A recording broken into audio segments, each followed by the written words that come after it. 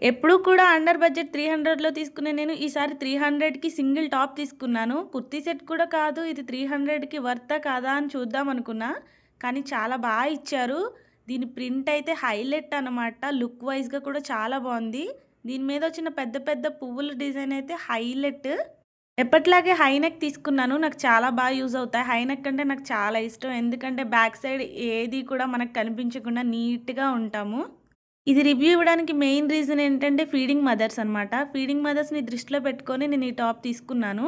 ఈ టాప్ చూడండి ఫ్రంట్ మనకి ఇలాగ జిప్ ఇస్తాడు. ఇన్విజిబుల్ అనమాట. అదేం కనిపించదు. ఫీడింగ్ మదర్స్‌కి చాలా హెల్ప్ అవుతుంది. ఎప్పుడు మనం 300 బడ్జెట్ లోపల కుర్తీ సెట్‌ని మొత్తం చూపించేదాన్ని. కాకపోతే ఈసారి సింగిల్ టాప్ చూపిస్తున్నాను. ఎలా వస్తదేమో అనుకున్నాను. చాలా బావుంది. ఈ పెద్ద పెద్ద పువ్వులైతే చాలా బావున్నాయి. మందార పువ్వులు.